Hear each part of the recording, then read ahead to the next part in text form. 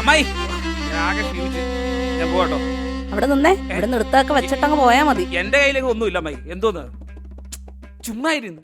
അപ്പൊ എന്റെ നിന്റെ പോക്കറ്റിലും കഷത്തിലൊക്കെ വെച്ചങ്ങനെ എടുത്ത് വെച്ചവിടെ. കക്ഷത്തിലോ?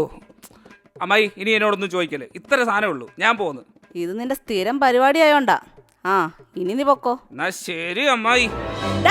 വെക്കണേ ദോശമാവ്. എന്റെ പൊന്നമ്മായി ഇന്ന് കാശൊന്നും തടഞ്ഞില്ലേ, ആകെ ദോശമാവ് കിട്ടി. ഒന്ന് പോയ അമ്മായി, ഇത് എനിക്ക് ദോശ കൂടാൻ കൊണ്ടുപോയ പോയി കട നോക്ക്.